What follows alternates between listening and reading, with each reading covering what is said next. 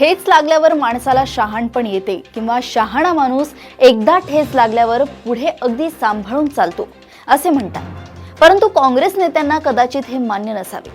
असंख्य वेळा ठेच लागूनही काँग्रेस नेत्यांना फारसे शहाणपण आलेले दिसत नाही।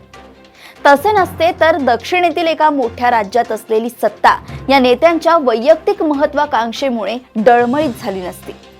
कर्नाटकात सध्या जे काही सुरू आहे ते काँग्रेस परंपरेला शोभेचे असले तरी अशी चैन परवडण्या इतकी श्रीमंती आता पक्षाकडे राहिली नाही याची जाणीव या नेत्यांना ठेवायला हवी। देशभरात केवळ 3च राज्ये काँग्रेसकडे आहे आणि त्यापैकी एका राज्यात अशी बेदिली माजत असेल तर त्यातून सामान्य काँग्रेस कार्यकर्त्यांनी नेमका कोणता बोध घ्यावा। भाजपची सत्ता उलथून मागच्या वेळी काँग्रेसने कर्नाटकात मोठा विजय मिळवला।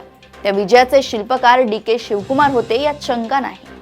काँग्रेस सत्तेत येण्यासाठी शिवकुमार यांनी सगळ्या स्तरावर प्रचंड मेहनत घेतली, परंतु नेहमीप्रमाणे सत्ता आल्यानंतर काँग्रेस नेतृत्वाने वेगळा विचार केला आणि सिद्धरामय्या यांना मुख्यमंत्रीपद सोपवले।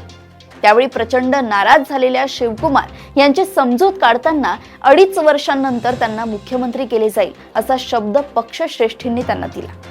हा 2.5 वर्षांचा कालावधी मागच्याच आठवड्यात संपला, परंतु काँग्रेस नेतृत्व कोणतीही हालचाल करत नसल्याचं पाहून शिवकुमार समर्थक आमदारांनी थेट दिल्ली गाठून मुख्यमंत्री बदलाची मागणी नेतृत्वाकडे केली आहे। शिवकुमार समर्थक आमदारांचा दबाव वाढत असल्याचं पाहून काँग्रेसाध्यक्ष मल्लिकार्जुन खरगे यांनी 2-4 दिवसात सोनिया आणि राहुल गांधींसमवेत चर्चा करून या प्रकरणाचा सोक्षमोक्ष लावण्याचे आश्वासन शिवकुमार समर्थकांना दिले।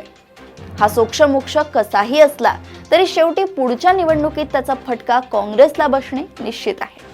अशाच राजकीय घडामोडी व अपडेट सोबत पुन्हा भेटूया देशोन्नती संपादकीयमध्ये। बघत रहा देशोन्नती। नमस्कार।